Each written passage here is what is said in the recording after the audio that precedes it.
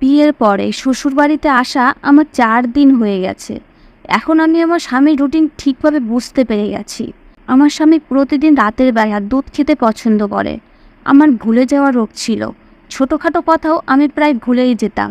আর কোনো কথা যদি আমার একবার মাথায় ঢুকে যেত, তাহলে আমি ঘন্টার পর ঘন্টা সেই ব্যাপারে চিন্তা ভাবনা করতে থাকতাম। ৩ দিন ধরে প্রতিদিন আমার স্বামী আমাকে এই কথাটা মনে করিয়ে দিয়েছিল যে প্রতিদিন রাতে খাওয়ার পরে ঘরে আসার সময় মনে করে দুধের গ্লাস নিয়ে আসবে। দুধ খেলে রাতে আমার ভালো ঘুম আসে। কিন্তু আমি আবার তার এই কথাটা ভুলে গেলাম। আর যখন আমি ঘরে এসে বিছানায় বসলাম, তখন সে আমার কাছে দাঁড়িয়ে রেগে রেগে আমাকে এই কথাটা আবার বলল। আমি লজ্জিত হয়ে তাড়াতাড়ি নিজের জায়গা থেকে উঠে যতক্ষণে আমার রান্নাঘরে এলাম, ততক্ষণে আমার শাশুড়ি নিজের ঘরে চলে গেছিল। দুধ গরম করে যখন দুধের গ্লাস হাতে নিয়ে ফিরলাম, তখন একটা জিনিস শুনে হতভম্ব হয়ে গেলাম। কেননা আমার শ্বশুর শাশুড়ির ঘর থেকে অদ্ভুত আওয়াজ আসছিল। আমার শাশুড়ি বারবার একটাই কথা বলে যাচ্ছিল যে এখন অন্তত থামো, আমি ক্লান্ত হয়ে পড়েছি, আমার শক্তিতে আর কুলাচ্ছে না। তুমি খুব ক্ষমতাবান, কিন্তু আমি দুর্বল, আমি আর পারছি না। তখন আমার শ্বশুর রেগে ভারী গলায় বলল, আমি তোমার কোনো কথাই শুনবো না। এদিকে আমার কাছে এসো আর তাড়াতাড়ি করে শুরু করে দাও। তাদের দুজনে এসব কথা শুনে আমি ভাঙা হৃদয়ে ধীরে ধীরে নিজের ঘরে ফিরে এলাম। ঘরে এসে স্বামীর হাতে দুধ দিয়ে আমি ঘুমানোর জন্য বিছানায় শুয়ে পড়লাম। কিন্তু আমার ঘুম আসছিল না। মনের মধ্যে এই কথাটাই ঘুরে ফিরে এসেছিল যে আমার শ্বশুর তো দেখতে রোগা পাতলা মানুষ, কিন্তু আমি জানতাম না যে তিনি এত বেশি ক্ষমতাশালী। যে এই বয়সেও আমার শাশুড়ির চিৎকার বের করে দেন। আমিও মনে প্রাণে এরকমই স্বামী চাইতাম। কিন্তু আমার স্বামী খুব তাড়াতাড়ি ক্লান্ত হয়ে পড়ে। আমি এইসব কথা ভাবতে ভাবতে কখন যেন ঘুমিয়ে গেলাম। সকালে আমার ঘুম ভাঙলে ঘর থেকে বাইরে বেরিয়ে দেখলাম আমার শাশুড়ি প্রতিদিনের মতো বাড়ির কাজ করছিল। আর তার মেজাজ একদম নর্মাল ছিল। মনে হচ্ছিল না যে সারা রাত তার উপর এত ধকল গিয়েছে। দুপুরবেলা যখন আমার শ্বশুর বাড়িতে এলেন, তিনি এসে সঙ্গে সঙ্গে আমার শাশুড়িকেও ঘরের মধ্যে ডেকে নিয়ে গেলেন। আমার রান্না হয়ে গেছিল। আমি আমার শ্বশুর শাশুড়িকে খাওয়ার জন্য ডাকতে তাদের ঘরের দিকে গেলাম। যখন আমি দরজার কাছে পৌঁছালাম, তখন এটা দেখে আমি হতভম্ব হয়ে গেলাম যে রাতের মতো একই কথা আবারও আমার শাশুড়ি বলছিল যে আমি ক্লান্ত হয়ে গেছি, এখন অন্তত থামো, আমার উপরে একটু দয়া করো।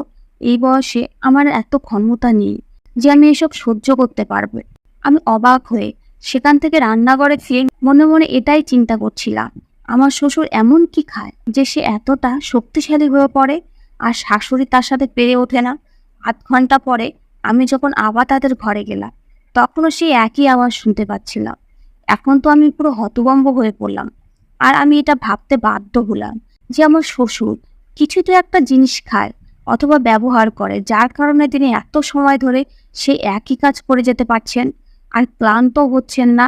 এখন আমি এটা জানার জন্য উৎসুক হয়ে গেলাম যে আমার শাশুড়ি তাকে কি এমন খেতে দেয় যার কারণে সে একটুও ক্লান্ত হয় না। তারও প্রায় ১৫ মিনিট পরে আমার শাশুড়ি নিজের ঘর থেকে বাইরে এলেন।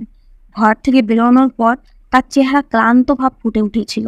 তিনি তার ২ হাত নিজের কোমরের উপর রেখে হাঁপাতে হাঁপাতে বলতে লাগলেন, এই কোমরের যন্ত্রণা জানি না কবে আমার পিছন ছাড়বে।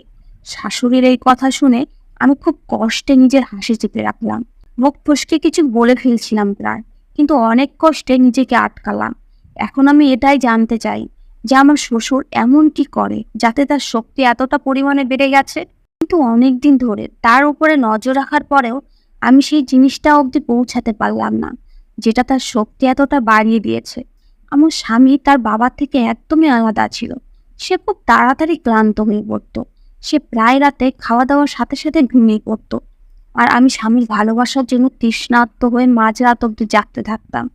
আর তখনই আমার ধ্যান একা একাই নিজের শাশুড়ি শ্বশুরের ঘরের দিকে চলে যেত, যে তারা এই বৃদ্ধ বয়সেও কিভাবে নিজেদের জীবনে আনন্দ দিচ্ছে। রতন আজ রাতে আমার ধারণার থেকে আগেই ঘুমিয়ে গেছে, কিন্তু আমি মনমরা হয়ে পড়েছিলাম আর ভাবছিলাম যদি আমার স্বামীও আমার শ্বশুরের মতো শক্তিশালী হতো, তাহলে আমিও জীবন ভরপুর আনন্দের সাথে কাটাতে পারতাম। এখনই আমার কানে শাশুড়ি আওয়াজ বাজতে লাগলো, যখন তিনি আমার শ্বশুরকে বলছিলেন যে এখন থামো, আমাকে ছেড়ে দাও, আমার দম ফুরিয়ে গেছে, আমি ক্লান্ত হয়ে পড়েছি।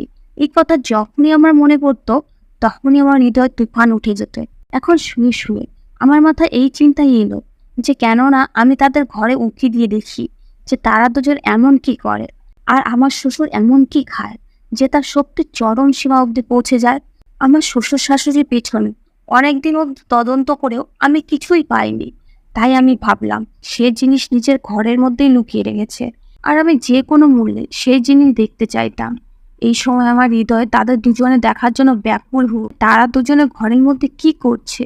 আমি সঙ্গে সঙ্গে নিজের জায়গা থেকে উঠে ধীর পায়ে শ্বশুর শাশুড়ি ঘরের বাইরে এসে দাঁড়ালাম। তাদের ঘরের লাইট এখনো জ্বলছে, তার মানে এই যে তারা দুজনে এখনো জেগে আছেন। তখনই বাইরের থেকে তাদের আবার আওয়াজ আসতে লাগলো। আমার শাশুড়ি একইভাবে আমার শ্বশুরকে বলে যাচ্ছিল যে তুমি এই বয়সেও একদিনের জন্য আমাকে ছাড়ো না, তুমি তো জানো যে আমার এখন এত শক্তি নেই।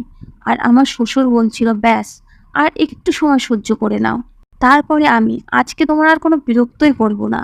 আমার শাশুড়ি এরপরে কিছু সময়ের জন্য চুপ হয়ে গেল, আর আমি জানলা দিয়ে ভিতরে তাকিয়ে দেখার চেষ্টা করলাম যে ভিতরে কি চলছে। কিন্তু জানলার সামনে একটা কাপড় টানানো ছিল, যার মধ্যে দিয়ে আওয়াজ তো বাইরে আসছিল, কিন্তু বাইরের থেকে কিছুই দেখতে পাওয়া যাচ্ছিল না। কিছু দেখতে না পেয়ে আমার মন খারাপ হয়ে গেল, আর আমি খারাপ মন নিয়ে নিজের ঘরে ফিরে এলাম। এরপরে আস্তে করে বিছানায় এসে শুয়ে পড়লাম। তখন আমার স্বামী অদ্ভুত স্বরে বলল যে তুমি এই সময় কোথায় গিয়েছিলে। তার কথা বলার ধরন আমাকে অবাক করে দেয়। আমি চট করে তার দিকে ঘুরে দেখলাম সে নিজের জায়গা থেকে উঠে বসে আছে। এরপরে সে আমার দিকে অদ্ভুত নজরে তাকিয়ে পড়ল। তুমি কি ভাবছো যে আমি ঘুমিয়ে পড়েছি? তুমি যা ইচ্ছা তাই করে বেড়াবে আর আমি জানতেও পারবো না? ওর কথা বলার ধরন আমাকে অবাক করে দিল। সত্যি সত্যি বলো, কোথায় গিয়েছিলে তুমি? আমি হতভম্ব হয়ে ওর দিকে তাকিয়ে বলতে লাগলাম। আমার শরীর গোলাচ্ছিল আর মাথায় প্রচণ্ড ব্যথা করছিল। এই কারণে আমি বাইরে গিয়ে একটু হাঁটাহাঁটি করছিলাম। এতে কি এমন দোষ হয়েছে যে তুমি এভাবে কথা বলছো? তখন ও এক মুহূর্তের জন্য চুপ করে রইল, তারপরে আবার বলল, তোমাকে কে বলেছে মধ্যরাত্রে ঘরের বাইরে বেরিয়ে হাঁটাহাঁটি করতে? এরপরে যদি কখনো শরীর খারাপ হয় বা মাথা ব্যথা করে তাহলে আমাকে ডেকে নিয়ে যাবে, এভাবে একলা ঘরের বাইরে যাওয়ার কোনো দরকার নেই। এইটুকু বলেই সে আবার ঘুমিয়ে পড়ল। ও এইটুকু জানার প্রয়োজন বোধ করলো না যে আমার হৃদয় কিসের তুফান চলছে। আমি ওর স্বাদ পাওয়ার জন্য ব্যাকুল হয়েছিলাম, কিন্তু নিজে ওর কাছে যাওয়ার সাহস হচ্ছিল না, কারণ আমার ভীষণ লজ্জা করছিল। এসব ভাবতে ভাবতেই না জানি কখন ঘুমিয়ে দেশে হারিয়ে গেলাম। প্রতিদিন রাতে শ্বশুর শাশুড়ির কথা শুনতে থাকতাম, যেটা আমার মনের মধ্যে আগুন জ্বলিয়ে দিয়েছিল। আমি সবসময় মনে মনে ভাবতে থাকতাম যে যেইভাবে হোক আমাকে দেখতেই হবে তারা সবসময় ঘরের মধ্যে এমন কি করতে থাকে। একদিন আমার স্বামী বলল যে ও 2 দিনের জন্য শহরের বাইরে যাচ্ছে আর ও 2 দিন পরে বাড়িতে ফিরবে। যখন ও আমাকে এ কথা বলল তখন আমার মাথায় একটা খুব সুন্দর আইডিয়া এলো। আমি ভাবতে লাগলাম যদি আমি এই ব্যাপারটা জানার চেষ্টা করি তাহলে আমি এই ব্যাপারে সব কিছু জানতে পারবো। আমার শ্বশুর শাশুড়ি রাতে খাবারের পরে ছাদে একসাথে হাঁটাহাঁটি করতে আর একে অপরের সাথে কথা বলতে থাকতো। আমি তাদের দুজনকে দেখে অবাক হয়ে ভাবতাম যে এতদিন ধরে একসাথে কাটানোর পরেও তাদের দুজনের মধ্যে কত সুন্দর মিল। তারা ছোটোখাটো কথাও একে অপরের সাথে বলতে থাকতো, কিন্তু আমার জীবন ওই দুজনা থেকে সম্পূর্ণ আলাদা। তারা দুজন এই বয়সে পৌঁছে যাওয়ার পরেও জীবন ভরপুর আনন্দের সাথে কাটাচ্ছেন, আর আমরা দুজন সেই দিন আমি তাড়াতাড়ি করে আমার সমস্ত কাজ শেষ করলাম, আর তারপরে নিজের শ্বশুর শাশুড়ি ঘরে গিয়ে লুকিয়ে পড়লাম। আমি এমন জায়গায় লুকালাম যেখান থেকে আমি তো তাদেরকে দেখতে পাবো, কিন্তু তারা দুজন আমাকে দেখতে পাবে না। কিছুক্ষণ পরে তারা দুজন ছাদ থেকে নেমে ঘরের মধ্যে ঢুকলো। আমার খুব ঘুম পাচ্ছিল, কিন্তু তাদের দুজনের রহস্য জানার ইচ্ছায় আমি আমার ঘুমকে বিসর্জন দিয়ে দিলাম। কিছুক্ষণ পরে আমার সমস্ত অপেক্ষার অবসান হলো। হায়, এই কি দৃশ্য আমি আমার চোখের সামনে দেখছি! আমাদের ছোট ফ্যামিলিতে আমার মা বাবার সামনে আমি থাকতাম। আমি আমার বাবা মায়ের একমাত্র সন্তান। আমার বাবা মা এত বেশি ভালোবাসতেন যে তারা আমার সমস্ত চাহিদা এবং জেদ পূরণ করতেন। বাবা মায়ের একমাত্র সন্তান হওয়ার কারণে আমি ছোটবেলা থেকে জেদি টাইপের ছিলাম। আমি যখন কলেজে ভর্তি হলাম তখন মণি নামের একটা মেয়ের সাথে আমার বন্ধুত্ব হয়েছিল। মণি খুব ভালো মেয়ে, ও আমাকে খুব ভালোবাসতো। আমার ও সবচেয়ে ভালো ব্যাপার এটাই লাগতো যে ও খুব ভালো চরিত্রের মেয়ে ছিল। ও সবসময় আমার সৌন্দর্যের প্রশংসা করতো, আর আমি ওর প্রশংসা শুনে খুশি হয়ে যেতাম। কলেজে বিভিন্ন ধরনের ছেলে মেয়ে ছিল, আর কলেজে গ্রাউন্ডে অনেক রকম দৃশ্য দেখতে পাওয়া যেত। যার মধ্যে কিছু এমন ছিল যেটা দেখে আমি লজ্জায় চোখ ফিরিয়ে নিতে বাধ্য হতাম। কলেজে বেশিরভাগ মেয়েদেরই বয়ফ্রেন্ড আছে। তারা সবসময় একে অপরের হাত ধরে ঘুরত, গল্পগুজব করতে থাকতো। আমি প্রায় মনের কথা ভাবতাম যে দেখতে তো একদমই নর্মাল টাইপের ছিল, কিন্তু ওর বয়ফ্রেন্ড ওকে নিজের জীবনের চাইতেও বেশি ভালোবাসতো। আমিও কারো থেকে কম ছিলাম না। আমাকেও অনেক ছেলেই নিজের ভালোবাসার কথা বলেছে, কিন্তু আমি কাউকে পাত্তা দিতাম না। আমার বাবা মা আমাকে খুব ভালোবাসা দিয়ে মানুষ করার পরেও এই ব্যাপারে আমার একদমই স্বাধীনতা ছিল না। মেয়েদের এইভাবে ছেলেদের সাথে বন্ধুত্ব করা, কথাবার্তা বলা, তারা খুবই খারাপ মনে করতেন। আমাদের এলাকায় এইসব ব্যাপার নর্মাল ছিল। তারপরও আমার বাবা মা এসব দেখে রেগে যেতেন। আমার ক্লাসে একটা ছেলে ছিল যে আমার উপরে পুরো ফিদা ছিল। সে সব সময় আমার পিছন পিছন ঘুরতে থাকতো, আমার সঙ্গে কথা বলার বাহানা খুঁজতে থাকতো, কিন্তু আমি তার মুখ অব্দি দেখতাম না। আর আমার এরকম ছেলে একদমই পছন্দ ছিল না। গত কয়েকদিন থেকে আমার জ্বর হয়েছিল, তাই আমি কলেজে যেতে পারছিলাম না। আমাকে কয়েকদিন কলেজে দেখতে না পেয়ে সেই ছেলেটা আমার খোঁজ নিতে আমাদের বাড়ি অবধি চলে এসেছিল। তখন এই ব্যাপারটা আমার বাবা মায়ের খুব খারাপ লেগেছিল। আমি ঠিক হয়ে যখন কলেজে গেলাম, তখন সেই ছেলেটা আমাকে থামালো আর নিজের ভালোবাসার কথা বলতে লাগলো। আমাকে বলতে লাগলো, আমি তোমাকে ভীষণ ভালোবাসি, তোমাকে ছাড়া আমি বাঁচবো না। কিন্তু আমি তাকে নিষেধ করে দিলাম। তখন সে আমার হাত ধরে নিল। এই জিনিসটা আমার একদমই ভালো লাগেনি, আর আমি তার গালে একটা থাপ্পড় মেরে দিলাম। এরপর আমি সেখান থেকে বাড়িতে চলে আসি। এরপরে সেই ছেলেটা প্রতিদিন আমাদের বাড়ির আশেপাশে ঘোরাঘুরি করতে থাকতো, আমার সাথে কথা বলার চেষ্টা করতে থাকতো, কিন্তু আমি ওর সাথে কথা বলতাম না। একদিন সে আমার কাছে এসে খুব অনুনয় বিনয় করলো যে ব্যাস একবার এসে আমার সাথে কথা বলে যাও। সে আমাকে দেখা করার জন্য ডাকলো। যখন আমি সেখানে গেলাম, তখন সে আবারও আমাকে নিজের ভালোবাসার কথা বলতে থাকলো, আর আমি তাকে না করতে থাকলাম। কিন্তু আমার কপাল খারাপ যে সেই পার্কে আমার বাবা উপস্থিত ছিল। যখন বাবা আমাকে এই অবস্থায় দেখলো, তখন তিনি রেগে আমার কাছে এসে সেই ছেলেটাকে মারতে লাগলেন, আর আমাকে নিয়ে সোজা বাড়িতে চলে এলেন। বাড়িতে এসে বাবা আমাকে একটা থাপ্পড় মারলেন। এরপরে বাবা আমার কোনো কথা না শুনে আমার পড়াশোনা বন্ধ করে আমার বিয়ে দিয়ে দিলেন। যাই হোক, আজ আমি শ্বশুর শাশুড়ির রহস্য জানার জন্য তাদের ঘরে লুকিয়ে বসেছিলাম, আর ভাবছিলাম যে আজকে আমি দেখতে পাবো আমার শ্বশুর কিভাবে নিজের স্ত্রীকে ভালোবাসা জানায়, আর কিভাবে তাকে এতটা খুশি রাখে, যেখানে আমার স্বামী কখনোই আমাকে এরকম খুশি করতে পারবে না। তাই তো আমি এই রহস্যটা জানতে চাইতাম। আমি জানতে চাইতাম যে আমার শ্বশুর এমন কি জিনিস ব্যবহার করে যার কারণে তার ক্ষমতা এতটা বেড়ে গেছে। আমি চাইতাম সেই জিনিসটা জেনে আমিও আমার স্বামীকে ব্যবহার করাবো। তাই সেটা দেখার জন্য সেই দিন আমি তাদের ঘরে লুকিয়ে পড়ি। কিন্তু যা কিছু আমি দেখলাম সেটা আমাকে পুরো অবাক করে দিল। অনেকক্ষণ ধরে আমি উৎসুক হয়ে তাদের দুজনের দিকে দেখতে থাকলাম। তারপর না চাইতেও আমি উঠে দাঁড়ালাম আর তাদের দুজনের সাথে মিলে সেই সব করতে লাগলাম। প্রথমে তো তারা দুজন হতবাক হয়ে আমাকে দেখতে লাগলো। তারা বুঝতে পারছিল না যে এই সময় আমি তাদের ঘরে কিভাবে এলাম। এরপরে আমি তাদের সাথে সেই সব করতে করতে ঘেমে একাকার হয়ে গেছিলাম। এরপরে আমি দৌড়ে বাথরুমে গিয়ে দরজা আটকে নিজেকে ঘষে ঘষে পরিষ্কার করতে লাগলাম। অনেকক্ষণ ধরে নিজেকে পরিষ্কার করার পরে যখন আমি বাথরুম থেকে বাইরে বেরিয়ে সামনে আমার স্বামীকে চিন্তিত মুখে বসে থাকতে দেখলাম, আমি তাড়াতাড়ি নিজেকে কন্ট্রোল করলাম আর তার পাশে বসে তাকে জিজ্ঞেস করলাম যে তুমি ঠিক আছো তো? তোমাকে এতটা চিন্তিত লাগছে কেন?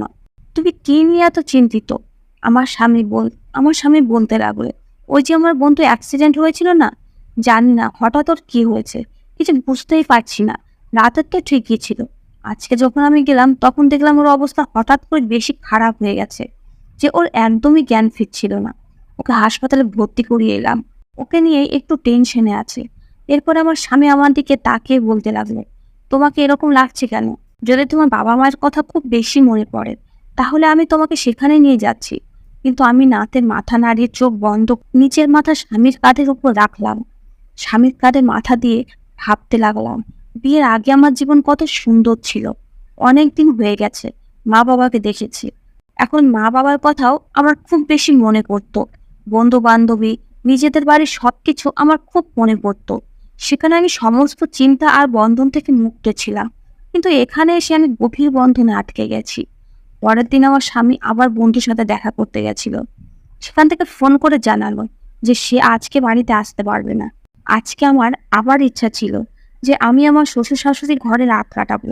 হয়তো আমার শাশুড়ি এই ব্যাপারটাকে আন্দাজ করে ফেলেছেন, তাই তো তিনি আমাকে রাগী গলায় বললেন, যদি আজকে রাতে তুমি আবার আমাদের ঘরে আসেন তাহলে আমার থেকে খারাপ কেউ হবে না। এটা শুনে আমি চিন্তায় পড়ে গেলাম। আর আমি তাকে বললাম, মা আপনি কেন আপত্তি করছেন? শ্বশুরের তো আমার এই ব্যাপারটায় কোনো আপত্তি নেই, তাহলে আপনি কেন আমাকে নিষেধ করছেন? এরই মধ্যে আমার শ্বশুরও সেখানে এসে গেলেন। আর যখন আমাদের দুজনকে কথা বলতে দেখলেন, তখন তিনি আমার কাছে এসে দাঁড়িয়ে বললেন, কি নিয়ে কথা বলছে তোমরা দুজন? শাশুড়ি কিছুই বললেন না, কিন্তু আমি ধীর গলায় তাকে বললাম যে মা আমাকে রাতের বেলা আপনাদের ঘরে যেতে নিষেধ করছেন। এটা শুনেই আমার শ্বশুর খুব রেগে গেলেন, আর তিনি রাগে চোখে আমার শাশুড়ির দিকে তাকে বললেন যে তোমার বৌমাকে নিষেধ করা একদমই উচিত হয়নি। এরও আমার উপর ততটাই অধিকার আছে যতটা তোমাদের আছে। আর তুমি একে মানা করছো? যে কাজ তুমি নিজে করতে পারছো না সেটা তো তুমি ওকে দিয়ে করাতে পারো। এ কথা বলে আমার শ্বশুর চলে যাওয়ার পরে আমার শাশুড়ি বলতে লাগলো, যদি তুমি আমাদের ঘরে আজকে আসে তাহলে আমি তোমার স্বামীকে তোমার বিরুদ্ধে নালিশ করে দেবো। শাশুড়ির মুখে এ কথা শুনে আমি টেনশনে পড়ে গেলাম। যদি তিনি আমার স্বামীকে আমার বিরুদ্ধে কিছু বলে দেন তাহলে সে আমার উপরে রাগ করতে থাকবে, আর এই সব সহ্য করা আমার জন্য খুব কঠিন হয়ে পড়বে। আমি ভালোভাবে জানতাম আমার স্বামী একটা রাগী মেজাজের মানুষ। তার মাথায় যদি কোনো কথা একবার ঢুকে যায় তাহলে সেটা বের করা সহজ না। আজও আমার সেই দিনের কথা মনে আছে, যেদিন প্রথম আমি রাতের দিকে একবার ঘরের বাইরে গেছিলাম। তখন সে আমার উপরে কীরকম রেগে গেছিল আর নিষেধ করেছিল। সেদিন আমি তার চোখে সন্দেহ দেখে ভয় পেয়ে গেছিলাম। এখন যদি আমার শাশুড়ি তাকে কিছু এমন তেমন বলে দেয় তাহলে আমার কি হবে?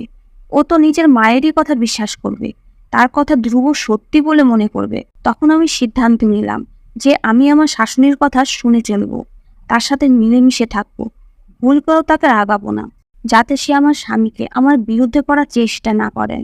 এটা ভেবেই আমি রাতে খাওয়ার পরে তাড়াতাড়ি করে নিজের ঘরে এসে শুয়ে পড়লাম। আমি মনে প্রাণে চাইছিলাম যে আজকেও আমি শ্বশুরের ঘরে যাই, আর কালকে যেমন আমি শান্তি পেয়েছিলাম সেরকমই শান্তি আজকেও পাই। কিন্তু তারপরে যখন আমার শাশুড়ির কথা মনে পড়ল তখন আমি চুপচাপ ঘরে বসেই রইলাম। কিছুক্ষণ পরে দরজা ঠক ঠক আওয়াজ হতে লাগলো। আমি দরজা খুলে দেখলাম সামনে আমার শ্বশুর দাঁড়িয়ে আছেন। তিনি আমার দিকে অবাক চোখে তাকিয়ে বললেন যে তোমার আজকে আমার ঘরে আসার কথা ছিল, কিন্তু এখনো তুমি আসোনি কেন? তার কথা শুনে আমি টেনশনে পড়ে গেলাম আর বললাম যে আজকে আমার শরীর ঠিক নেই। আমার শ্বশুর কিছুক্ষণ চুপচাপ আমার দিকে তাকিয়ে রইলেন, তারপরে বলতে লাগলেন, আমি জানি তুমি কেন যেতে চাইছো না। আমি তার মুখের দিকে অবাক চোখে তাকিয়ে রইলাম। সে বলতে লাগলো, তুমি হয়তো তোমার শাশুড়ি মার কারণে না বলছো, তার ভয়ের কারণে চাইছো না। চিন্তা করো না, সে তোমাকে কিছুই করবে না। আমি তাকে ভালো করে বুঝিয়ে দিয়েছি, এখন তুমি তাড়াতাড়ি করে এসো, আমি তোমার অপেক্ষা করছি। শ্বশুরের কথা শুনে আমি খুব খুশি হয়ে গেলাম। শান্তির একটা পরশ আমার সারা শরীরে খেলে গেল। এরপর আমি তাড়াতাড়ি করে আবারও তাদের ঘরে গেলাম। গিয়ে দেখলাম তারা দুজনে সেই কাজ শুরু করে দিয়েছে। আমিও সঙ্গে সঙ্গে আবারও তাদের সাথে মিলে গেলাম। আজকে তো আমার শাশুড়ি কালকের থেকেও তাড়াতাড়ি ক্লান্ত হয়ে পড়লেন। কিছু সময় পরেই সে হাঁপাতে শুরু করে দিল। আমার শাশুড়ি হাঁপাতে হাঁপাতে বলল যে আজকে আমার শরীর ঠিক নেই, আজকে আর আমি এসব করতে পারবো না। তখনই আমার শ্বশুর বলতে লাগলো যে তোমার কি এমন হয়েছে, দিন দিন তুমি খুব কম সময় দিতে শুরু করেছো, খুব তাড়াতাড়ি তুমি ক্লান্ত হয়ে পড়ছো। তাড়াতাড়ি করে আমার এখানে এসে, আর যদি তুমি নিজের ইচ্ছায় না আসো তাহলে আমি রেগে যাব। এ কথা শুনে আমার শাশুড়ি আবার আমাদের দুজনের সাথে মিলে গেল। অনেক সময় পর্যন্ত আমরা এই কাজে ব্যস্ত থাকলাম। কিছু সময় পরে আমার শাশুড়ি আবার একদিকে হয়ে গেল আর বলতে লাগলো, আজকে আর আমার শক্তি নেই। তারপরে আমরা দুজনেই এই কাজ করতে থাকলাম। আর তারপরে অনেকক্ষণ পরে যখন আমি ক্লান্তিতে চুরচুর হয়ে গেলাম, তখন আমার শ্বশুর নিজেই আমাকে বলতে লাগলো যে এখন তুমি চলে যাও, তুমি খুব ক্লান্ত হয়ে গেছো। আমি ক্লান্ত শরীরে আমার নিজের ঘরে এসে বিছানায় শুয়ে শুয়ে ভাবতে লাগলাম, আজকে তো আমি কালকে থেকে বেশি আনন্দ পেয়েছি। এসব ভাবতে ভাবতে আমি ঘুমিয়ে এসে হারিয়ে গেলাম। আজকে আমার স্বামী ফিরে আসার কথা ছিল। আমি তার পছন্দের রঙের কাপড় পরলাম, সুন্দর করে মেকআপ করলাম, আর ভালো দেখে একটা পারফিউম গায়ে লাগিয়ে তার ফিরে আসার অপেক্ষা করতে থাকলাম। তখনই তার ফোন এলো যে আজকেও সে বাড়িতে আসতে পারবে না, আজকেও তাকে সেখানে থাকতে হবে। এটা শুনে আমার মন ভেঙে গেল। আমি তার জন্য এত সেজেগুজে রেডি হয়েছিলাম, আজকে রাতের জন্য কত কিছু না ভেবে রেখেছিলাম, কিন্তু সে ঘরেই আসবে না। আমি বসে বসে এইসবই ভাবছিলাম। এমন সময় আবার দরজা ঠকঠকের আওয়াজ হলো। আমি দরজা খুলে দেখলাম সামনে আমার শ্বশুর দাঁড়িয়ে আছে। তার নজর যখন আমার মুখের উপর পড়লো, তখন সে অদ্ভুত আন্দাজে আমাকে দেখতে লাগলো আর বলতে লাগলো, আজকে তো তোমাকে খুব সুন্দর লাগছে। আমি আজকে আবার তার ঘরে এলাম আর আমরা তিনজন মিলে আবার সেই সব করতে শুরু করলাম। এখন আমার এই কাজটা এত ভালো লাগলো যে মনে হচ্ছে আমি প্রতিদিন এই কাজ করি। পরের দিন আমার স্বামী বাড়িতে ফিরে এলো। সে আমার হৃদয় ভরা ভালোবাসার খুব কথা শোনাতে লাগলো। সে আমাকে ছাড়া কতটা কষ্টে ছিল আর আমাকে কতটা মিস করছে এই সব বলতে থাকলো। তার কথা শুনে আমিও খুশি হয়ে গেলাম আর মনে মনে ভাবলাম, যাই হোক, তার আমার কথা মনে তো হয়েছে আর আমার অভাবও বুঝতে পেরেছে, এটাই অনেক। তখন আমি ওর হাতে আমার মাথা রেখে তারপর শান্তিতে ঘুমিয়ে গেলাম। এখন তো আমি প্রতিদিন আমার স্বামী ঘুমিয়ে যাওয়ার পরে শ্বশুর শাশুড়ি ঘরে চলে যাই আর তারপরে মধ্যরাত অবধি আমার সেই কাজ করতে থাকতাম। একদিন যখন আমি আমার শ্বশুরের ঘর থেকে ফিরে এলাম, তখন দেখলাম আমার স্বামী খুব রেগে আছে। আমাকে বলতে লাগলো, আমি তোমাকে মানা করেছিলাম না যে তুমি রাতে ঘরের বাইরে যাবে না, কিন্তু তুমি আমার কথা না শুনে কোথায় গিয়েছিলে? আমি তার পাশে বসে বললাম যে আমি তোমার মায়ের ঘরে ছিলাম। একথা শুনে ও অবাক হয়ে গেল যে তুমি এত সময় ধরে মায়ের ঘরে কি করছিলে। ও অবাক চোখে আমাকে দেখতে লাগলো। আমি বলতে লাগলাম যে তার সাথে আমার কাজ ছিল, এই কারণে আমি তার কাছে গিয়েছিলাম। একথা শুনে ও চুপ হয়ে গেল। তারপরে সে আর কোনো কথা বলল না। এরপরে যখন আমি প্রতি 2-3 দিন অন্তর অন্তর শান্তি পাওয়ার জন্য আমার শ্বশুর শাশুড়ি ঘরে যেতে থাকতাম, তখন আমার স্বামী আমাকে এই কথা জিজ্ঞেস করতে লাগলো যে মায়ের কাছে কি কাজ করতে যাও। আমি তাকে কিছু না বলে সেখান থেকে চলে যেতে লাগলাম। রতন আমাকে টেনে বিছানার উপরে ফেলে দিল আর রেগে বলতে লাগলো, তোমাকে আজকে বলতেই হবে তুমি মায়ের ঘরে কি কাজ করতে যাও। রতনকে এতটা রাগে দেখে আমি ভয় পেয়ে গেলাম আর ভয়ে আমি তাকে সব কথা বলতেই যাচ্ছিলাম। ঠিক তখনই দরজায় ঠকঠকের আওয়াজ হলো। আমার স্বামী গিয়ে দরজা খুলল। সামনে আমার শ্বশুর দাঁড়িয়ে ছিল।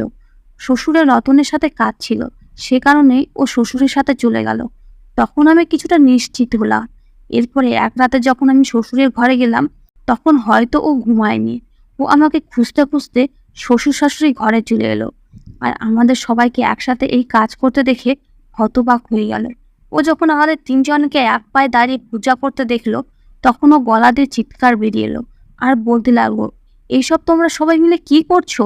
তখন আমার শাশুড়ি তার দ্বিতীয় পা মাটিতে রেখে দিল আর সোফার উপরে বসতে বসতে বলল, অনেকদিন থেকে তোর বাবা এই পুজো করছে। তার বক্তব্য হলো এই যে এইভাবে এক পায়ের উপরে দাঁড়িয়ে পূজা করলে ভগবান খুব খুশি হন আর মানুষের সেই সব আশা পূরণ হয় যা তারা মনে প্রাণে প্রার্থনা করে। কিন্তু আমি এতে খুব তাড়াতাড়ি ক্লান্ত হয়ে যাই। কিন্তু তোর বউ আর তোর বাবা তো অনেকক্ষণ ধরে এই পুজো করতে থাকে, জানি না এরা কেন ক্লান্ত হয় না। এসব দেখে আর শুনে আমার স্বামী আমার দিকে হাসি মুখে দেখলো আর বলতে লাগলো, হ্যাঁ, আমার বউ খুব ভালো আর কখনো সে কোনো কাজ করতে ক্লান্ত হয় না। এই কথাটা সে সত্যি খুশি হয়ে মন থেকে বলেছিল। কিন্তু এটা শুনে আমি লজ্জা পেয়ে গেলাম। এরপরে আমার স্বামীও আমাদের সাথে এই কাজে যুক্ত হয়ে গেল আর আমরা চারজন মিলে রোজ এইভাবে এক পায়ের উপর দাঁড়িয়ে রাতের বেলা খাওয়ার পরে ফ্রেশ হয়ে ভগবানের সামনে পুজো করি আর বুক ভরা আশা ও শান্তি নিয়ে আনন্দের সাথে সবাই একসাথে সংসার করছি। ধন্যবাদ বন্ধুরা।